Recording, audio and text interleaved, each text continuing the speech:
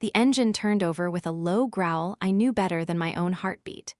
I stood at the kitchen window, watching the taillights of our car paint streaks of red across the dark, wet street. "Alex," I called out, my voice barely a whisper. "Where are you going?" He didn't turn around. He was already halfway down the path, his shoulders hunched against the fine mist of rain that had started to fall. He paused with his hand on the driver's side door, as if considering his answer. "Away," he said, the words swallowed by the night. "Away from this. This asterisk was our home, our life.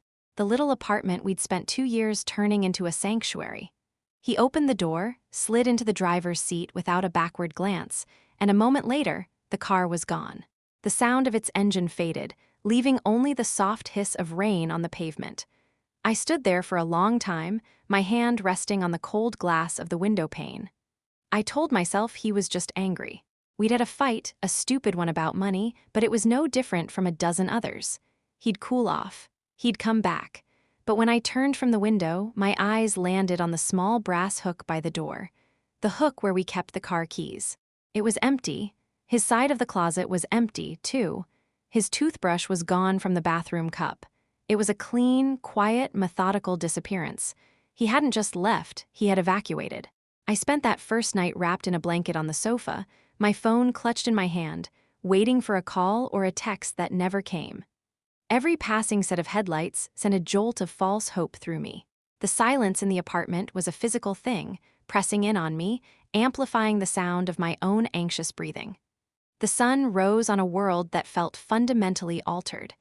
I went to work, a ghost moving through the motions of my day. I smiled at customers, I restocked shelves, I counted cash. But my mind was elsewhere, replaying that single word, away. 2 weeks passed like that. 2 weeks of silence. I told my friends he was visiting his sick uncle. I told my boss he was out of town for a family emergency. The lies felt like ash in my mouth. Then the first letter arrived. It was from the bank, a crisp white envelope with a formal blue logo. I opened it with trembling fingers, expecting a routine statement, but it was a notice. Past due. The payment for the car loan was late. A charge of $50 had been added. I frowned, confused. Alex handled the car payment. It was his one consistent financial responsibility. He loved that car more than anything. He polished it every weekend, called it his baby. Forgetting a payment was unthinkable. I called the bank, a knot of dread tightening in my stomach. After navigating an automated maze, a polite but firm voice came on the line. I explained the situation, assuming it was a simple clerical error. "I'm just calling about a late notice on the loan for a sedan, license plate." I read the number off the notice. The woman on the other end was quiet for a moment. I could hear the soft tapping of her keyboard. "Yes, Mackenzie, I see the account here. The payment was due on the 1st. "Right," I said, trying to sound casual. "My partner, Alex, usually handles this. I think he might have just forgot. Is it possible to just pay it now over the phone and waive the late fee?" Another pause, more typing. "I can certainly take your payment, miss," she said, her tone shifting slightly. "But I'm afraid I can't waive the fee." "Oh, okay, well, that's fine. It's just we've never been late before." This is when the world tilted on its axis. "Actually," she said, her voice now filled with a careful, professional pity, "the account history shows 2 previous late payments in the last 6 months." I froze. "What? That's not possible." "I'm looking right at it, miss. But the more pressing issue for you is the primary account holder's responsibility."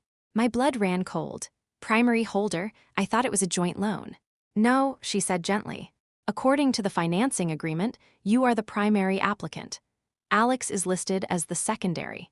The phone felt slick in my hand. I sank onto the edge of the sofa, the letter crinkling in my grip. I remembered the day we were at the dealership, signing the papers. The finance manager had been rushing, eager to close the deal. Alex had pushed the papers in front of me, tapping his finger on the signature line.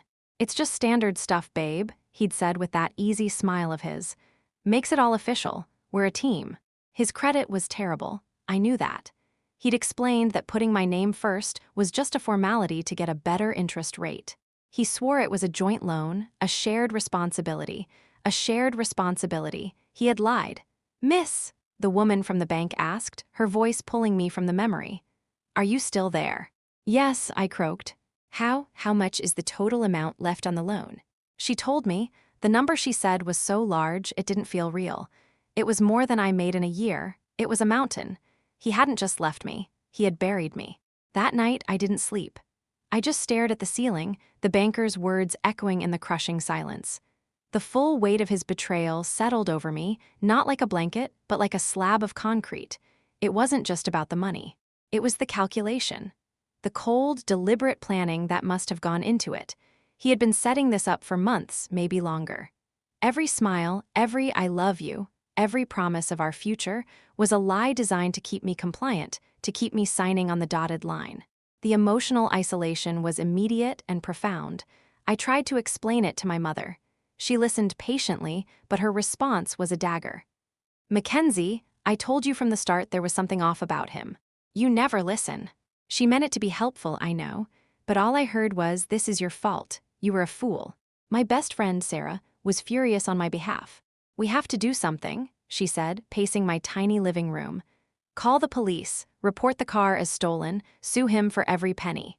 Her anger felt good for a moment, a flickering flame in the cold darkness of my despair. But it wasn't my anger. I was too deep in shock, too mired in shame. "I can't," I whispered. "The loan is in my name. The car is legally mine, I guess, but he has it. How do I even explain that? How do you report a theft when you willingly handed the thief the keys?" Sarah didn't understand the paralysis. She saw it as a legal problem, a puzzle to be solved with lawyers and courtrooms. She couldn't see the deep, personal humiliation that was strangling me. How could I stand in front of a judge and admit that I had been so blind, so stupidly in love that I had signed myself into financial ruin? So I stopped talking about it. I smiled and nodded when my parents asked if I was okay. I changed the subject when Sarah brought up lawyers. I built a wall around my shame, and I lived alone inside it. The calls started a week later. The first was from an unknown number. I answered, thinking it might be Alex, finally ready to talk. "Am I speaking with Mackenzie?" a brisk, impersonal voice asked. "Yes. This is Mark from the collections department regarding your outstanding auto loan. We are calling because your account is now 30 days past due." My heart hammered against my ribs. I know. I'm trying to figure it out. "Figuring it out doesn't make the payment, Mackenzie," he said, his voice dripping with condescension. "The amount due is now $585. How will you be paying that today? Visa or MasterCard?" I don't have it," I stammered. "I can maybe pay a little bit of it next week after I get paid." He sighed, a loud, theatrical sound of exasperation. "A little bit isn't going to cut it. This is a legally binding contract. Did you not read what you signed?" I felt my cheeks burn with shame. "Yes, but the circumstances have changed." "The circumstances rarely matter," he said coldly. "The signature does. We'll be calling again tomorrow." He hung up. I started screening my calls after that. The unknown numbers piled up in my call log, a digital monument to my failure. Each ring of my phone was a fresh wave of anxiety. I began to live in a state of constant, low-grade dread. A month after he left, the ultimate cruelty arrived via social media. A friend of a friend, someone I barely knew, tagged Alex in a photo. There he was, squinting in the sun, leaning against the hood of the car. His asterisk car, my debt. It was parked in front of a beach I didn't recognize. He had one arm draped around a smiling blonde woman. He looked happy. Tanned, free, I zoomed in on the picture, my fingers shaking. And there it was, dangling from the rearview mirror. The stupid little pine tree air freshener I'd bought for him as a joke. He'd kept it. The scent of it, that cheap, synthetic pine, suddenly filled my memory. We'd laughed about it. He had taken our life, stripped it for parts, and rebuilt it with someone else, somewhere sunny. I threw my phone across the room. It hit the wall with a sickening crack. The injustice was a physical pain. He was out there, living a life funded by my ruin, while I was here, in this apartment full of ghosts, eating instant noodles just to make sure I had enough to send the bank a fraction of what they demanded. The world began to shrink. I stopped going out with friends, using work as an excuse. I couldn't afford a drink, but more than that, I couldn't bear the thought of them seeing how much I had diminished. I didn't want their pity. Pity felt like another form of judgment. My life became a grim routine: wake up, go to work, come home, stare at a mountain of bills, go to sleep, repeat. The debt wasn't just a number on a page. It was a thief that stole my present and my future. It dictated what I ate, what I wore, and whether I could afford to turn on the heat. One rainy Tuesday night, I made the mistake of answering the phone again. The voice on the other end was different, harsher. "You've been dodging our calls, Mackenzie," the man said without preamble. "That's a very bad idea." "I'm going to make a payment on Friday," I said, my voice small. He laughed. It was a short, ugly sound. "A partial payment isn't going to stop this. We're at the 90-day mark. You know what that means? We can begin proceedings. Wage garnishment. We can contact your employer." My blood turned to ice. My job was the only thing holding my life together. "You can't do that," I pleaded. "Oh, I can, and I will. You sign the papers, sweetheart. It's your name, your credit, your problem. Maybe you should have thought about that before you trusted a guy who was clearly playing you for a fool." He mocked me. A complete stranger, hundreds of miles away, mocked me for the crime of being betrayed. I hung up the phone, my whole body shaking with a mixture of rage and terror. I looked around the dark apartment. The emptiness of it was suffocating. The empty hook by the door seemed to taunt me. The silence was no longer just quiet, it was the sound of my life grinding to a halt. I walked to the closet and pulled out a dusty box filled with old papers. At the bottom was the folder from the car dealership. Inside were the loan documents, a thick stack of pale yellow carbon copies. I spread them out on the coffee table. My signature was on a dozen pages, a loopy, optimistic scrawl that belonged to a different person. A naive, trusting girl who believed in promises. I traced the curve of the M in my name with my fingertip. He had stood right behind me when I signed this, his hand on my shoulder. "Almost there, babe," he'd whispered in my ear. "Then she's all ours." Ours, the word was a lie. It had always been a lie. The total amount owed, printed in stark black ink at the top of the page, seemed to mock me. It was a life sentence. Years of my income, my work, my energy, all of it would be poured into this black hole he had created. I thought about bankruptcy, but the thought of that public declaration of failure felt like letting him win. It was the final nail in the coffin he'd built for me. I picked up the photo from my nightstand. It was from that day at the dealership. Alex had his arm around me, beaming, holding up the keys. I was smiling, too, a genuine, uncomplicated smile. For months, I hadn't been able to look at it, but now I forced myself to see it. Not the memory, but the picture itself. My eyes scanned past our happy faces to the background. Through the dealership window, you could see the lot, shimmering under the afternoon sun, and that's when I noticed it. A man was in the background, one of the other salesmen. He was looking at us. I'd never paid him any attention before, but now his expression caught me. He wasn't smiling. He looked uneasy, almost guilty. It was a fleeting look, a shadow at the edge of our perfect, captured moment. It was nothing. A trick of the light, probably, but it was also something. A tiny, hairline crack in the smooth, solid wall of my despair. A question mark in a story I thought I knew completely.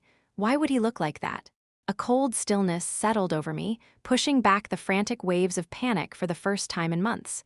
The shame was still there, but it was no longer all-consuming. Beneath it, something else was stirring. Something quiet and hard and unfamiliar. I looked from the photo to my reflection in the dark screen of my phone. My eyes were hollowed out, my face pale. I looked defeated. Was defeated. But he hadn't just taken the car and left me with debt. He had tried to erase me. He had tried to leave me so buried in shame and financial ruin that I would simply disappear. He wasn't just careless, he was cruel. I realized he didn't just want to leave me, he wanted to break me, and that was a victory I refused to give him. That night, something inside me shifted. It wasn't a sudden burst of anger or a grand vow of revenge. It was quieter than that. It was the cold, hard click of a lock falling into place. The man in the photo, with his guilty expression, became my North Star. He was a loose thread in Alex's perfectly woven lie. For the next few days, I lived with that photo. I propped it up on my kitchen counter while I made my morning coffee. I looked at it before I went to sleep. It was a reminder that my version of the story, the one where I was a fool who had been played, might not be the only one. The thought of going back to that dealership filled me with a deep, sickening dread. It was the scene of my own financial execution. The place where my trust had been signed away with a cheap pen. But the alternative, sitting in my apartment, waiting for my wages to be garnished, for my life to be dismantled piece by piece, was worse. So, on a Saturday morning, 2 weeks after finding the photo, I drove my mother's borrowed car to the place where it all began. The dealership was just as I remembered it. A glass palace shimmering under a pale sun. Rows of shiny cars sat like patient predators on the lot. The air inside smelled of plastic, coffee, and a cloying vanilla air freshener. My heart hammered against my ribs. I felt small and out of place, like a ghost haunting the site of its own demise. A salesman in a suit that was a little too tight approached me, a practiced, predatory smile already in place. Looking for an upgrade today? No, I said, my voice steadier than I expected. I'm looking for someone who used to work here. His smile faltered for a fraction of a second. Okay. Who would that be? I realized I didn't know the name of the salesman in the background, but I knew the name of the one who had sold us the car. The one who had rushed us through the paperwork. His name is Rick, I said. He handled our financing about a year and a half ago. Rick, the salesman boomed, his smile returning at full force. Best on the floor, he's right over there, looks like he's just closing a deal. He pointed toward a glass-walled office. And there he was, Rick. He was leaning over a desk, a pen in his hand, pointing to a spot on a document for a young couple who looked just like Alex and I had. Hopeful, excited, oblivious. A wave of nausea washed over me. I walked over and waited outside his office door, my arms crossed tightly over my chest. I focused on my breathing, trying to anchor myself. In and out, I was not the same girl who had stood here before. When the couple emerged, beaming and shaking his hand, Rick finally saw me. His eyes flickered with a brief moment of non-recognition, then a vague familiarity, then dismissal. "Can I help you?" he asked, already gathering papers, not making eye contact. I held up the photo. My hand was trembling slightly, so I steadied it with my other. "I need to know who this is," I said, pointing to the man in the background. Rick glanced at the photo. His face hardened. He tossed the picture back on the small table beside the door as if it were contaminated. "Don't know him," he said flatly. "Probably just a lot attendant who got fired. Now, if you're not here to buy a car, I'm very busy." He was lying. I could see it in the tightness around his mouth, the way he refused to look at me directly. He was shutting me down, building a wall. "He was a salesman," I pressed. "He was here that day, I remember him, he was watching us." Rick finally looked at me, and his eyes were cold and dead. "Listen, sweetheart, I sell 50 cars a month. I don't remember every face, and I certainly don't keep track of ex-employees. All our sales are final. Whatever problem you have, it's not my problem." He turned to walk back into his office. "His name is David," a quiet voice said from behind me. I turned. It was the young receptionist from the front desk. She was barely out of her teens, with wide, nervous eyes.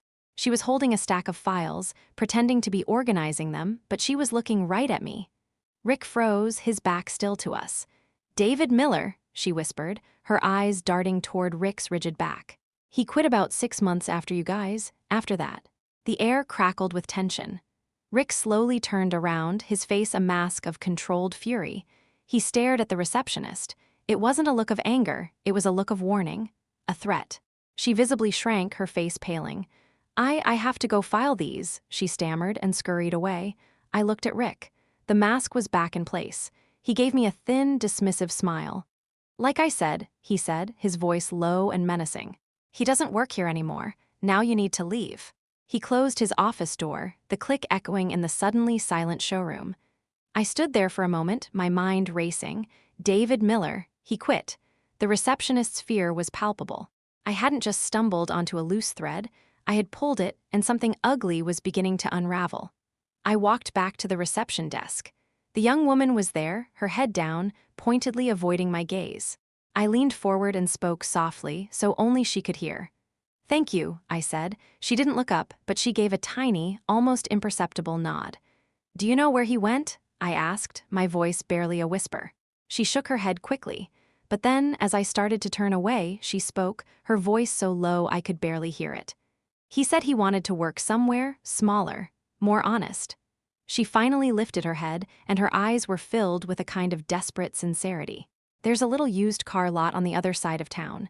Honest Abe's Autos. It sounds cheesy, but maybe try there." I could have hugged her. This girl, this complete stranger, had just handed me the key.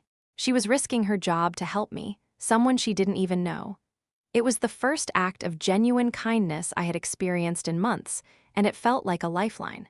"Thank you," I said again, pouring all my gratitude into those 2 words. I walked out of that glass palace and into the sunlight, my heart no longer hammering with fear, but with a steady, determined beat. Honest Abe's Autos was the polar opposite of the dealership. It was a small, gravel lot with a slightly crooked sign. The cars were older, more modest. The office was a small, prefabricated building that smelled of stale coffee and sawdust. A man was sitting behind a metal desk, reading a newspaper. He looked up as I entered, a pair of reading glasses perched on his nose. He had tired, kind eyes and a face etched with a permanent look of gentle apology. It was him, David Miller. He was older than he looked in the photo, with more gray in his hair. He looked at me, and I saw a flicker of recognition in his eyes, followed by a wave of something that looked like dread. He knew exactly who I was. "Can I help you?" he asked, his voice hesitant. I didn't answer right away. I just walked to his desk and placed the photograph on top of his newspaper. He stared at it for a long, silent moment. He didn't have to look for himself in the background. He knew exactly where to look. He slowly took off his glasses and rubbed his eyes, a gesture of profound weariness. "I knew this day would come," he said softly, not looking at me. "I always knew." He motioned to the rickety plastic chair opposite his desk. I sat down. The silence in the small office was thick and heavy. "I'm Mackenzie," I said finally. "I know," he replied. "I remember you and your boyfriend." "Alex," he said the name like it left a bad taste in his mouth. "I need you to tell me what happened that day," I said. My voice wasn't accusatory, it was just a statement of fact. A plea. He sighed, a long, ragged breath that seemed to carry the weight of years. "It was a thing Rick used to do," he began, his eyes fixed on some point on the far wall. "He called it the credit ghost. You find a couple, one with good credit, one with bad. You put the car and the loan in the good credit person's name, but you sell the dream of our car to both of them." He finally looked at me, and his eyes were full of shame. He'd rush the paperwork, use a lot of jargon, make it sound like a joint loan, a partnership, but legally it was all on one person, the one he knew would be approved, the responsible one. His words landed like stones, each one confirming a dark suspicion I had refused to let myself believe. "Alex knew?" I asked, the question coming out as a choked whisper. David nodded slowly. "He knew. I heard them talking by the coffee machine while you were on the phone with your insurance company. Rick was explaining how to structure it." "Alex," he laughed. He said something like, "She trusts me completely. It's perfect." The air left my lungs. It was one thing to be abandoned. It was another thing to be the butt of a joke. A punchline in the story of your own betrayal. He hadn't just betrayed me, he had mocked my love for him. He had used the best part of me, my trust, as a tool for his own selfish gain. Tears pricked my eyes, hot and sharp, but I refused to let them fall. "Not here. Not now. Why didn't you say anything?" I asked, my voice tight. "What could I say?" he asked, his voice laced with self-loathing. I was new. Rick was the top salesman. Complaining about him was a career killer. I needed the job. "I have a family." He gestured vaguely at a framed photo on his desk of a smiling woman and 2 young kids. But I couldn't stomach it. Watching him do that to people, week after week, it rots you from the inside. That's why I left. I took a pay cut to come here, just so I could sleep at night. He looked down at his hands, then back at me. "I am truly, deeply sorry, Mackenzie, for what it's worth." It was worth something. It was worth everything. His apology didn't erase the debt or the pain, but it validated my reality. I wasn't crazy. I wasn't a fool. I had been systematically deceived by 2 predators. I took a deep breath, pushing the pain down. I needed to focus. "Is there anything in the contract?" I asked. "Anything at all that can help me?" He thought for a moment, tapping a pen on his desk. Rick was fast, but he was also sloppy. He used boilerplate contracts from the bank's financing division. There's a clause in there, it's standard, but most people never read it. Section 4B, I think. It has to do with the collateral. "The car," I said. "Exactly," he confirmed. "The loan is secured by the vehicle, but it's also approved based on the primary borrower's stability. Your job, your address, it's all part of the risk assessment." The contract states that the vehicle must be registered and primarily located in the state where the loan was issued. If it's permanently moved out of state without notifying the lender and getting written consent, it can be considered a breach of the agreement, a violation of the terms. A spark ignited in the cold, dark place where my hope had died. "He's in a different state now," I said, the words coming out fast. I saw a picture. "He's hundreds of miles away." "Then they have a right to be concerned about their asset," David said, a glimmer of something like strategic satisfaction in his eyes. "You're not just a debtor, Mackenzie. You're the legal guardian of the bank's property. And you're telling them that property is in an unauthorized location, in the possession of someone who is not on the loan and who has no legal right to it." He was reframing my entire problem. I wasn't a victim begging for mercy. I was an informant reporting a risk. I stood up, my legs feeling stronger than they had in months. "Thank you, David. You have no idea what this means." "I think I do," he said, standing up as well. He looked at the photo one last time, his face filled with a quiet regret. "Give him hell." I drove home in a daze. The world outside the car window seemed sharper, more vibrant. For the first time, I had a direction, a plan. That evening, I didn't eat. I didn't watch TV. I went back to the box of papers. I pulled out the loan documents and found it right where David said it would be. Section 4B. The language was dense, legalistic, but the meaning was clear. I took the thick folder that I had mentally labeled my failure and a black marker. I crossed out the words on the tab and wrote something new. The plan. I spent the next 2 days preparing. I wrote down a script listing the facts calmly and concisely. No emotion, no pleading, just information. Alex's full name, the car's VIN number, the license plate, the date he left, the location from the social media photo which I had screenshotted and saved, the name of the dealership, the name of the salesman, Rick, and the crucial detail, Section 4B. When I picked up the phone to call the bank on Monday morning, my hand was rock steady. I didn't ask for the collections department. I asked for the asset management or fraud prevention department. After being transferred twice, I was connected with a woman named Susan. Her voice was sharp and professional. "How can I help you?" I took a breath and began, my voice even and calm. "My name is Mackenzie. I'm the primary borrower on auto loan number 7-4-3-2-1. I am calling to report a potential breach of the loan agreement and a significant risk to your collateral." There was a pause on the other end of the line. I could hear the faint click of a keyboard. This was a different kind of call. I had her attention. "Please explain," Susan said, her tone shifting from bored to alert. I laid it all out. The misrepresentation at the dealership. The fact that the secondary individual, Alex, had taken the vehicle without my consent and moved it permanently out of state. I quoted the clause from Section 4B. I gave her the address of the dealership and the name of the salesman. I told her I had a witness to the dealership's fraudulent sales practices. I never once said the word debt. I never said, "I can't pay." I framed the entire conversation around her asterisk problem. Her asterisk bank's asset was in jeopardy. Susan was silent for a full minute when I finished. I could hear more typing, faster this time. "We take matters like this very seriously," she said finally, her voice all business. "The unauthorized relocation of collateral is a major concern." "I agree," I said calmly. "We will need to launch an internal investigation into this," she continued. "Do you have a current address for Mr. Alex?" "No," I said honestly, "but I do have his social media profile, which is public. He seems to be documenting his new life quite thoroughly." I could almost hear her smile. "That's very helpful," she said. "Thank you for bringing this to our attention, Mackenzie. We will handle it from here. You will be hearing from us." She didn't make any promises. She didn't tell me the debt was forgiven. But something fundamental had changed. We were no longer adversaries. We were collaborators. We had a mutual interest, recovering her car.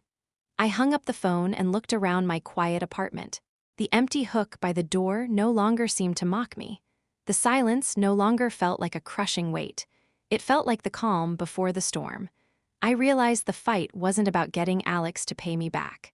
It was about untangling myself from his chaos, using the very system he had used against me. He had signed my name to a cage, but he'd forgotten that I was the one holding the key. The silence that followed my call with Susan was a different kind of silence. It wasn't the heavy, suffocating silence of despair that had filled my apartment for months. This was a charged silence, the still air before a thunderstorm. It was the quiet of a chess board after a decisive move has been made. I had done all I could do. The rest was out of my hands. The next few weeks were a strange purgatory. The collections calls from the original department continued, a grim, automated reminder of the reality I was still technically in. I would listen to the voicemails, the same threats about wage garnishment, the same condescending tone. But the words no longer had the same power to terrorize me. They felt like echoes from a battle that had already been fought elsewhere, by different generals. I kept my phone with me at all times, waiting for a call from Susan. Every time it rang with an unknown number, my heart would leap, a jolt of nervous anticipation. But it was never her. It was always another collections agent, another sales pitch, another wrong number. I focused on work. I picked up extra shifts, not just for the money, but for the distraction. The physical act of stocking shelves, of organizing displays, of helping customers was grounding. It was a simple, honest labor that felt worlds away from the complex deceit Alex had woven. One afternoon, my friend Sarah came over. She found me sitting at my kitchen table, paying bills. She looked at the neat stacks of envelopes, the ledger where I was tracking every penny. "You seem different," she said, her head tilted. "Calmer." I shrugged, offering her a small smile. "I have a plan." I didn't tell her the details. It felt too fragile, too tenuous to be put into words. I didn't want to jinx it, but she saw the change in my eyes. The hollowed-out look of a victim was gone. In its place was a quiet, patient resolve. 3 weeks after my call with Susan, the phone finally rang. It was a number I didn't recognize, from a different area code. My breath caught in my throat. "Hello. Mackenzie. This is Susan from the bank's asset management division." Her voice was as crisp and professional as I remembered. "Yes," I said, my voice steady, betraying none of the turmoil inside me. I stood up and walked to the window, looking out at the street below. "I'm calling with an update," she said. "We have opened a formal investigation into the dealership you mentioned. Our legal team is taking your witness's statement very seriously. There appears to be a pattern of fraudulent financing practices." My grip on the phone tightened. "Okay. Furthermore," she continued, and I could hear the rustle of papers, "we have successfully located the collateral. The vehicle is currently in a state that constitutes a direct violation of the terms outlined in Section 4B of your loan agreement." She spoke like a surgeon describing a procedure. Clinical, precise, devoid of emotion. But to me, her words were a symphony. "What happens now?" I asked. "We have contracted a local repossession agency in that jurisdiction. They have been given the file. We are simply waiting for them to secure the asset." Secure the asset. Such a clean, corporate phrase for what was about to happen, for the quiet chaos that was about to descend on Alex's sunny, new life. "Thank you for the update," I said, my voice hoarse with emotion.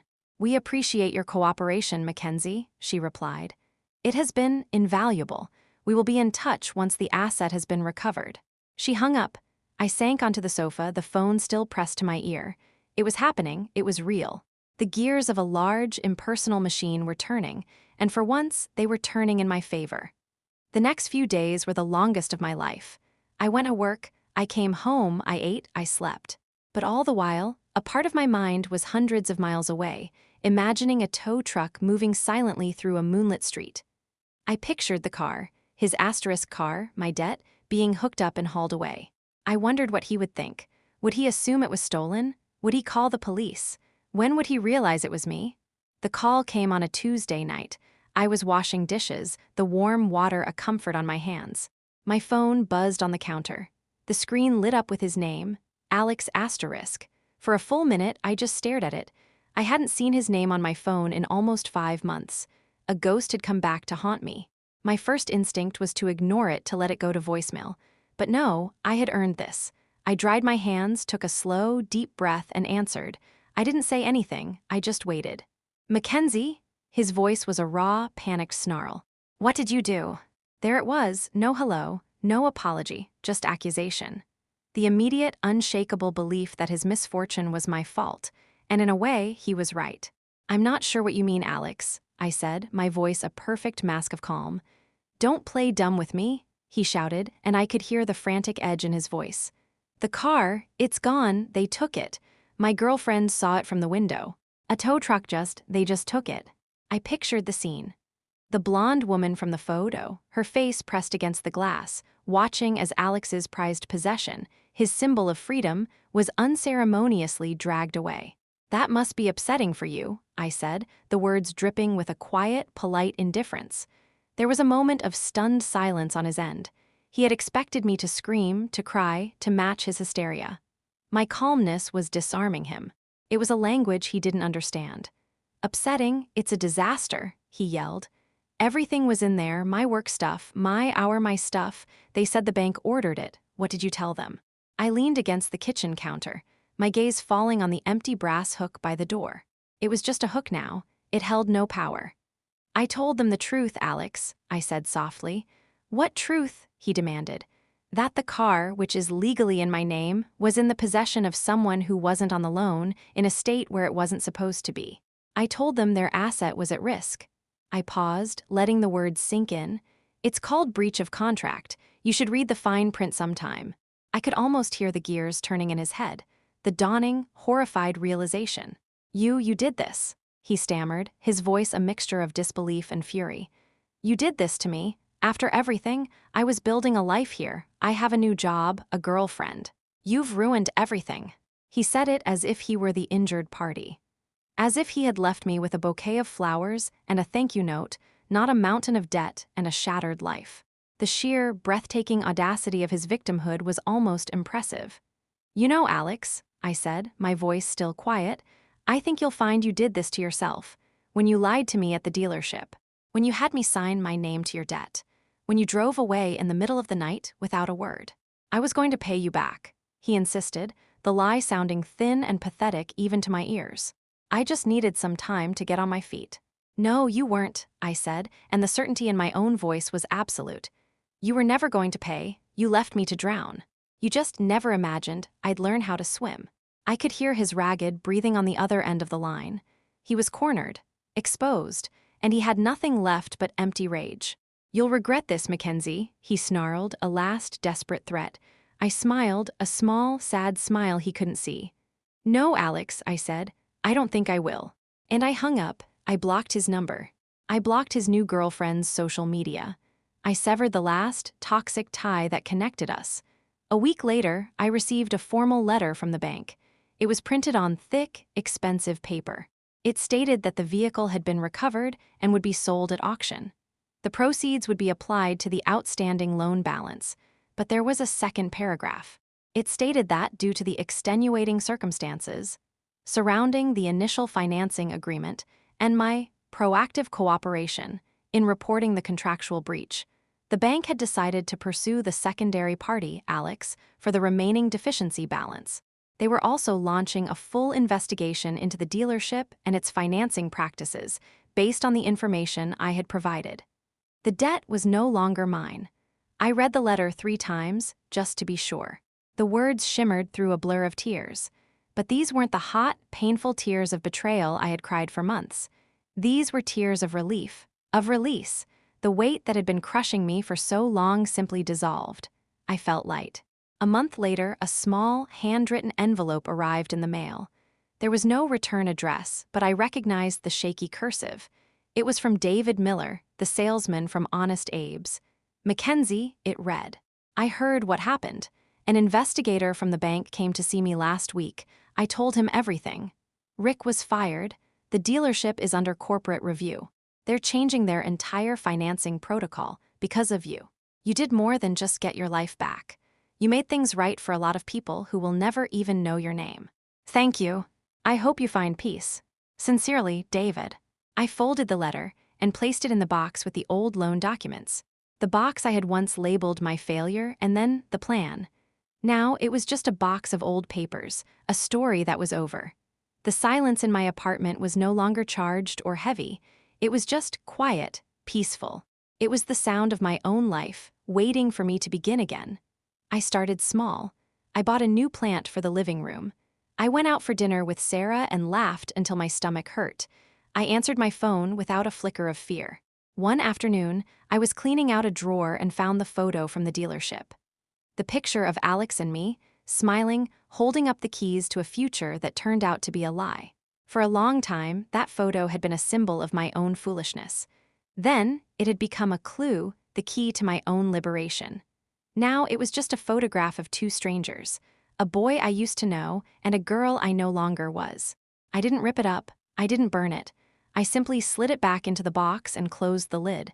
Some stories don't need a dramatic ending, they just need to be over. He thought the car was his prize, his ticket to a new life. But it was never about the car. The car was just a thing, a piece of metal and plastic. He had tried to trade my future for his convenience. He took the vehicle, the polished paint and the leather seats, but he left me with something far more valuable in the end. He left me with myself, stronger, wiser, unbreakable. Respect can't be bought and it can't be stolen. It has to be earned, that's what I learned. He lost mine, and in the process, I finally found my own. If this story moved you, please take a moment to subscribe. More true-to-life tales of courage, family, and quiet revenge await here. Thank you for listening.